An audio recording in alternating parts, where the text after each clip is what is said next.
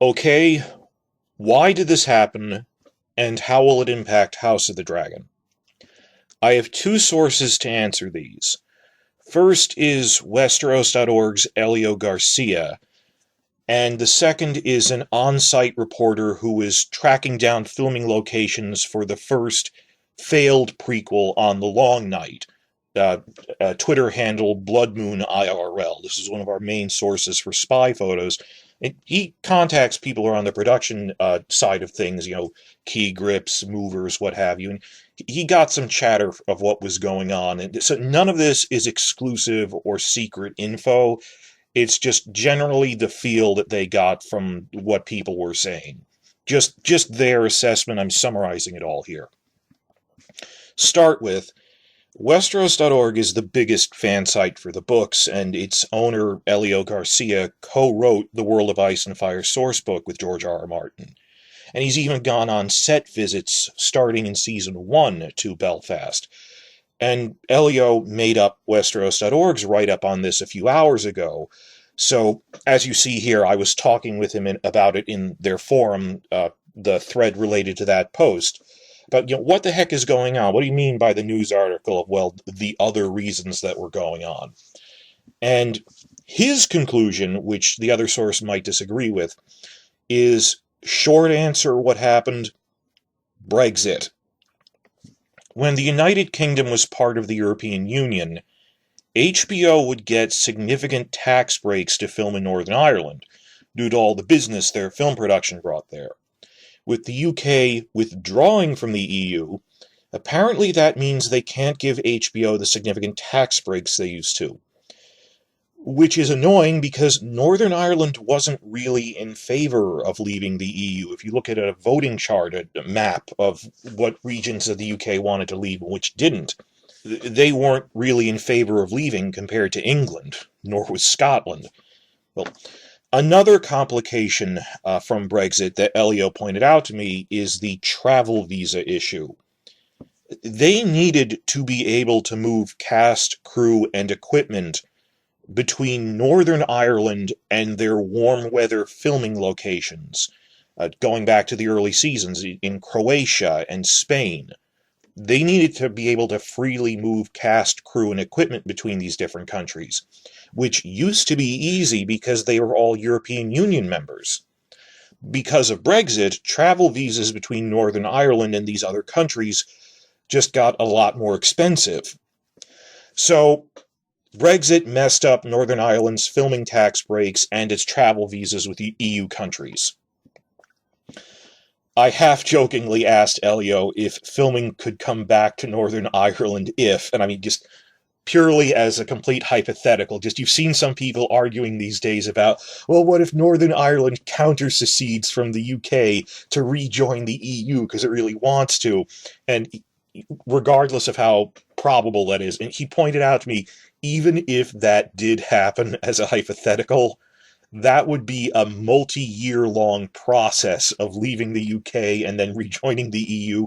That would take longer than 2 years. And House of the Dragon is on a deadline that they want to be airing by 2022. They want to be filming next summer of 2021. So there is no way, even if something as implausible as Northern Ireland leaving the UK to rejoin the EU, physically would not happen in enough time to make a difference. So there is no chance, no scenario in which they suddenly come back to Northern Ireland because of joining or rejoining something. Maybe if the now independent UK on its own offers some sort of enormous tax break, which is not going to happen. The whole point of this was it was an EU tax break. That's not going to happen. There is no chance that at least the next set of prequels is coming back to Northern Ireland. I don't know about this as a franchise a decade from now, like the prequel after this prequel. The one after House of the Dragon wraps up in 6 or 7 years. Whatever the timeline is. Who knows what the future will bring, but for the next generation of shows, the current crop coming out, they're not going back to Northern Ireland, and a major factor in this was Brexit. They lost Game of Thrones. But hey, at least they've got their sovereignty. Well, That's part of the story. That's what Westeros.org pointed to, the Brexit tax breaks and visa problems. But I also had a chat over on Twitter with one of the prominent on-site reporters that was giving us spy photos for the Long Night prequel. Was codenamed Blood Moon, so their Twitter handle was Blood Moon IRL in real life. And so this is a person going around, a lot of us who are relying heavily on their tweets. This is a source. This is someone who meets crew members, trying to investigate what's going on. Oh, and I summarized their month's worth of reporting on this in one big summary video I made called All Filming Reports on the Long Night Prequel Pilot from Northern Ireland. And I made maps showing this is where they're filming in Northern Ireland for this. So that's linked below in the description box below. Check that out for a summary of everything we knew about Northern Ireland filming for the Long Night pilot that they didn't go forward on. So, and there's more maps in there. So anyway, I was talking to this reporter yesterday who was following on the ground with all the crew members and stuff. And he thought that while Brexit was a major factor, it probably wasn't the deciding factor if you think about it. It wasn't the last straw. It was a difficulty. There were increasing problems, but no, HBO was willing to work around that. Because if you think about it, just stand back and think, HBO knew that Brexit was going to happen for a couple of years now, particularly this past summer. And they were filming the Long Night prequel pilot in Northern Ireland anyway. They started around May to June, wrapped up in August. They were filming this summer when they knew Brexit was going to happen. And not just filming on this one pilot. You're filming the pilot now, but establishing this is what Ancient Winterfell looks like. This is what these other locations look like. They were getting ready to settle in for a full-length 5 to 6 year Long Night TV show filming in Northern Ireland, even though they knew Brexit was happening. HBO knew Brexit was going to happen, but up to that point still seemed willing to film in the United Kingdom, potentially for years into the future. So the question, of course, is, what changed between when they were filming the Long Night pilot last July and now?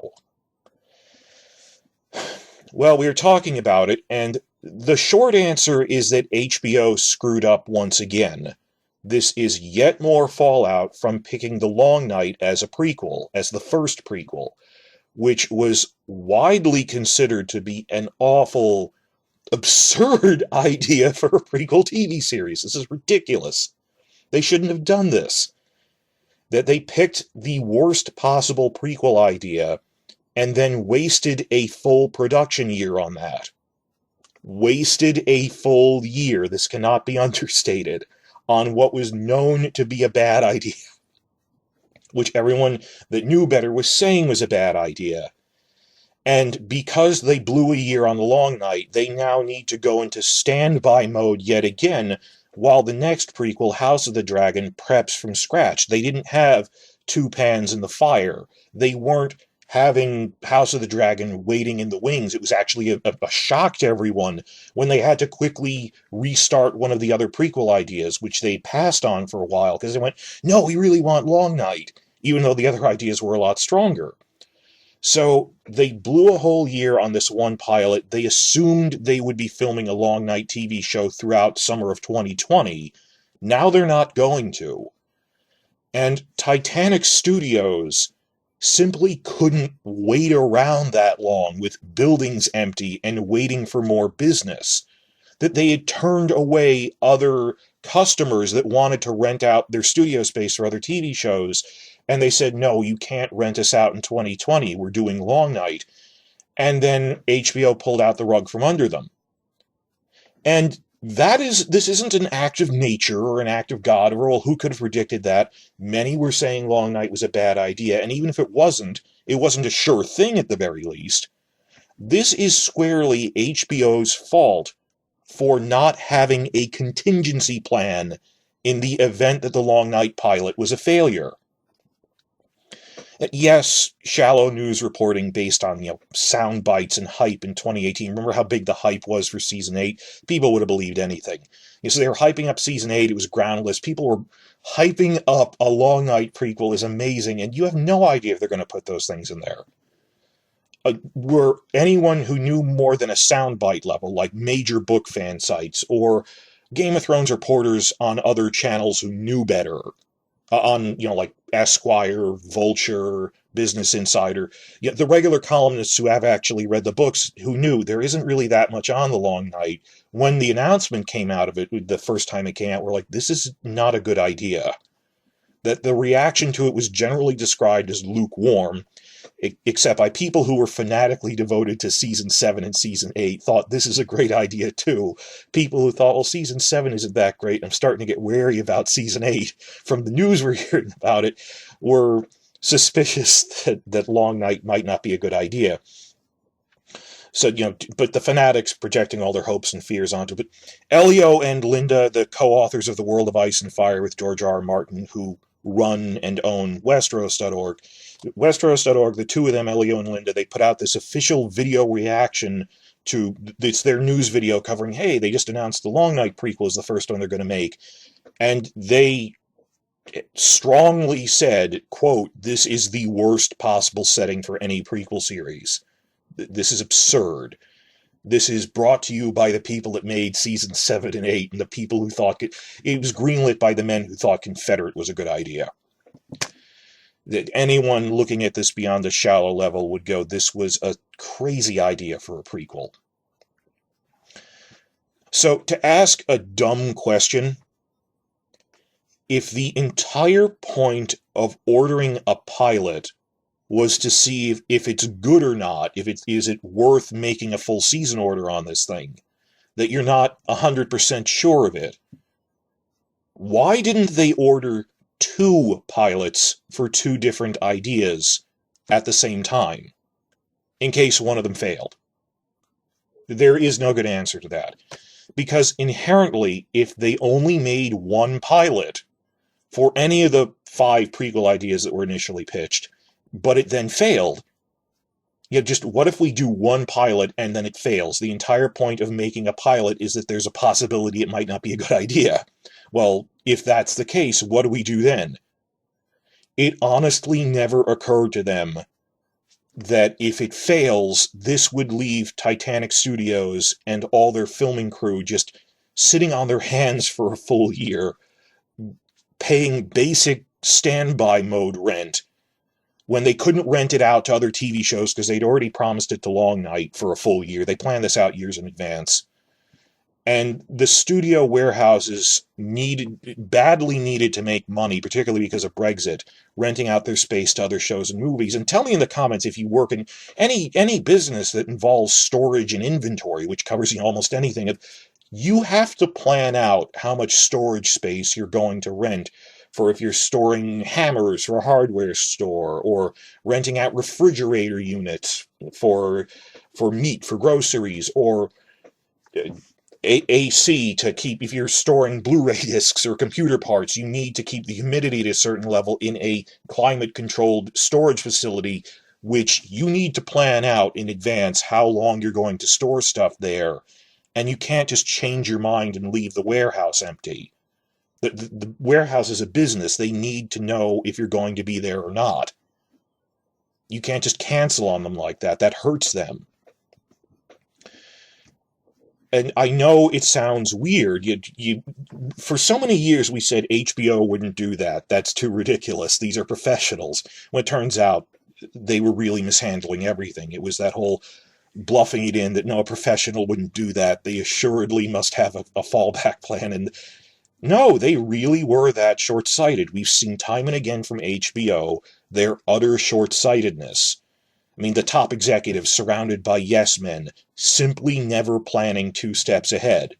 As if they were saying, what happens if the Long Night pilot fails? Titanic Studios can't afford to wait a full year or 2 while we prep another prequel, and the boss will go, don't worry about it.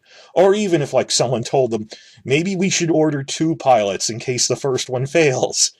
The CEO would be going, no, No, focus all media hype on the untested Long Night pilot. Put all of our eggs in one basket. We need to focus all on that. Have no contingency plans. And, I mean, this is just basic planning. And it wasn't even, well, it's an adaptation of one of Martin's books. The whole reason everyone hates it is it isn't based on any of his prequel novellas. It was an untested idea. I mean, for all we know, House of the Dragon, which is based on the Dance of the Dragons prequel novellas, might not be well done, but at least it's based on a known quantity. Compared to this, and putting all of their chips on this. Betting everything on Long Night, to the exclusion of what if it doesn't work out. And the weird thing, Game of Thrones itself had a failed pilot. This isn't just like a hypothetical. Game of Thrones had a failed pilot way back before season 1. It set back production a full year. Not a hypothetical problem. And what if, like, they were making a Targaryen Conquest pilot, rejected it, but we're told, well, we don't reject it outright, but we want you to restart work, recast a few cast members we don't like, retool some of the writing, but overall we will go with this, just a retooled version of it. But like Game of Thrones, it'll take a full year to fix it. Yeah, just that was another possibility, that it would need rewrites and retooling. We'll still go with it. Apparently Long Night prequel pilot was so awful from the rumors we heard about it that it was not savable when there were other options to go with. It's just, how did you even pick this? That it was not salvageable. They made no attempt for that. But it was a serious possibility, just like Game of Thrones. What if production falls back a year due to needing to retool the pilot for something that's this unproven? That Titanic Studios couldn't just wait around for a year with empty warehouses and empty filming halls where they construct the sets. They couldn't afford to be just left out in the cold like that, and this was just callous lack of forward thinking by HBO about how this would affect the local production staff in Northern Ireland. People who were loyal to them, that they did not think about their well-being. So Brexit was one of the reasons Titanic Studios was in that financially vulnerable position. Another on top of that, unrelated to Brexit, was this actually wasn't the first big project that was being filmed at Titanic Studios to recently cancel on them at the last minute like this. Similarly, the site reporter told me about this, I didn't know this.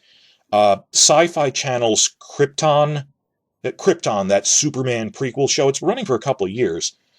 They rented out their space at Titanic Studios for a year in advance, only to also abruptly cancel it, leaving them holding the bag, that there's just empty studios that were earmarked for Krypton that are now standing empty, that they can't make money on, because it's not like a studio will, as a snap decision, go, oh, this is some local crime drama for BBC that will run 1 year.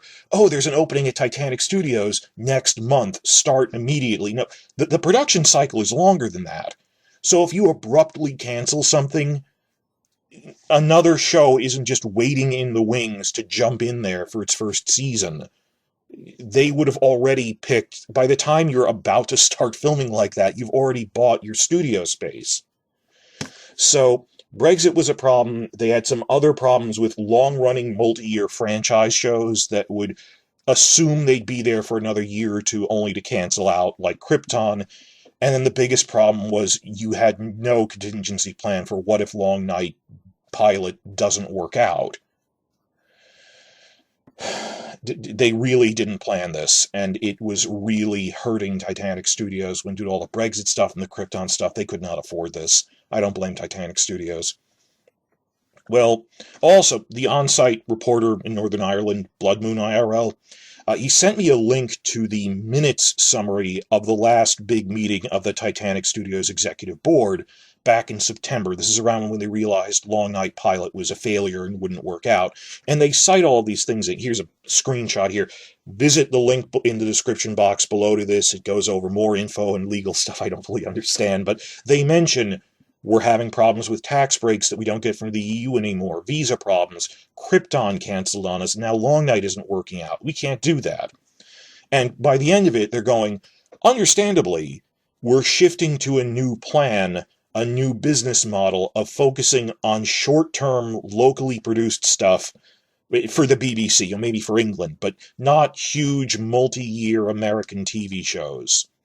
Short, one-season-long shows. The TV tropes calls it British brevity, that in Britain you have one series. Season 1 is series 1, like of Luther or something, and you might get a series 2, but it's not season 2 with multi-year story arcs.